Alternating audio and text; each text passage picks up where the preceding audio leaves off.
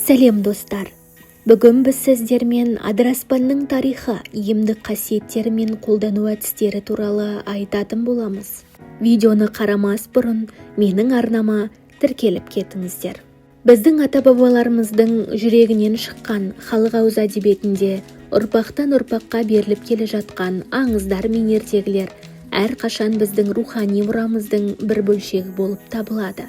Ежелгі заманда адыраспан тек қана емдік қасиеттері бар өсімдік емес, сонымен бірге даналықтың, өнер мен дәстүрдің нышаны болған.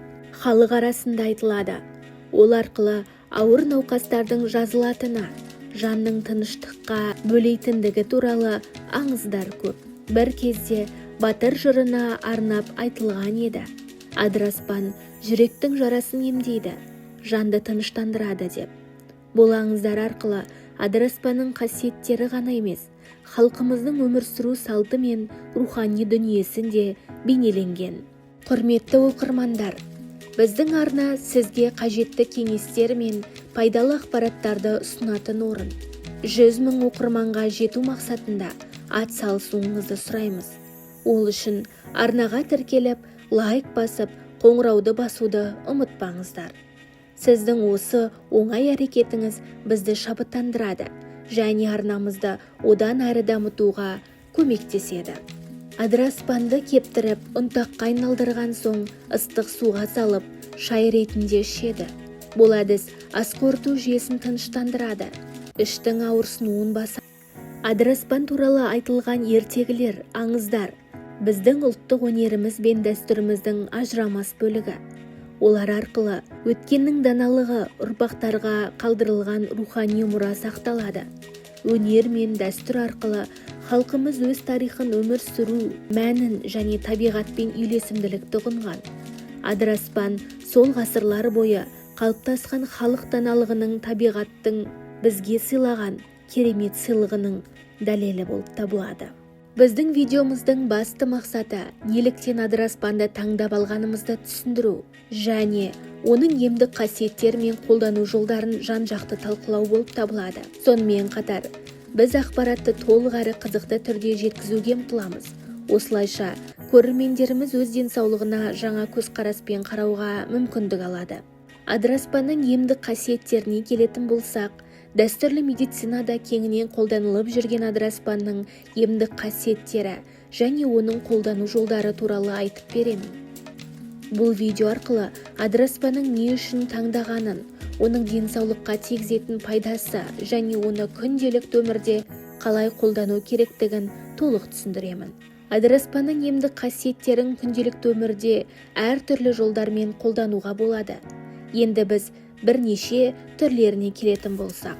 Адыраспанды кептіріп, ұнтаққа айналдырған соң ыстық суға салып, шай ретінде ішеді. Бұл әдіс ас қорыту жүйесін тыныштандырады, іштің ауырсынуын басады және жалпы ағзаның тынығуына септігін тигізеді. Мысалы, бір шай қасық адыраспан ұнтағын 200 мл ыстық суға қосып, 10 минутқа демдіріледі. Содан кейін осы шайды күніне 2-3 рет ішкен дұрыс. Крем немесе май түрінде. Теріге арналған адыраспан кремі немесе майы қабыну, жара және экзема секілді тері ауруларын емдеуге пайдаланылады.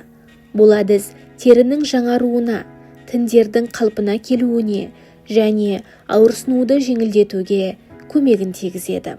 Егер сізде ас қорыту жүйесінің бұзылыстары байқалса, адыраспан шайын таңғы ас алдында немесе кешкі асқа дейін ішу ұсынылады.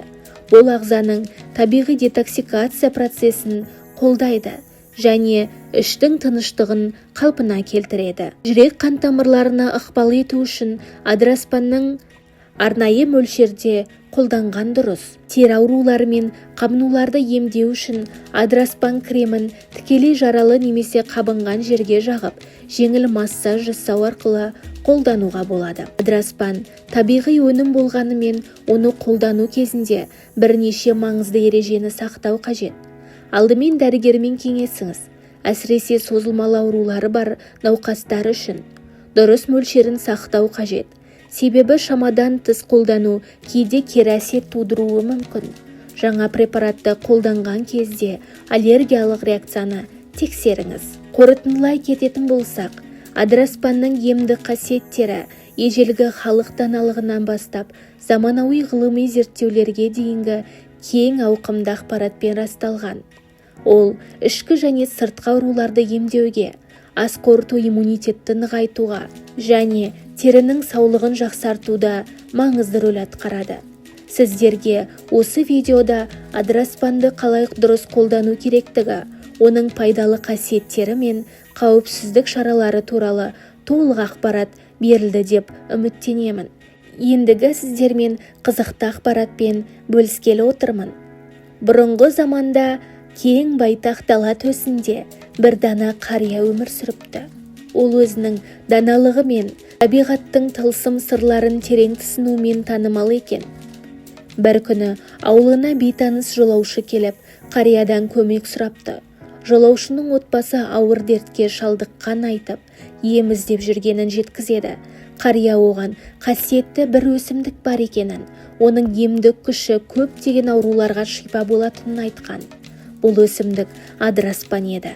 Қария жолаушыға адыраспанның қай жерде өсетінін, оны қалай жинап, қалай қолдану керектігін түсіндіреді. Жолаушы қарияның айтқанын бұлжытпай орындап, отбасы сауығып кетіпті. Осылайша адыраспанның емдік қасиеті халық арасында кеңінен таралып, ұрпақтан ұрпаққа мирас болып қалыпты. Болаңыздан халқымыздың табиғатпен етене байланысын, өсімдіктердің қасиетін терең түсініп, олардың емдік мақсатта қолдана білгенін көреміз. Адыраспан тек емдік өсімдік қана емес, ол біздің мәдениетіміздің, дәстүріміздің бір бөлігі. Халық даналығы мен өнер арқылы біз осындай құнды мәліметтерді сақтап, бүгінгі күнге жеткіздік. Дәстүр мен өнер ұлттық рухани байлығы, оларды қадірлеу және сақтау әрбіріміздің міндетіміз.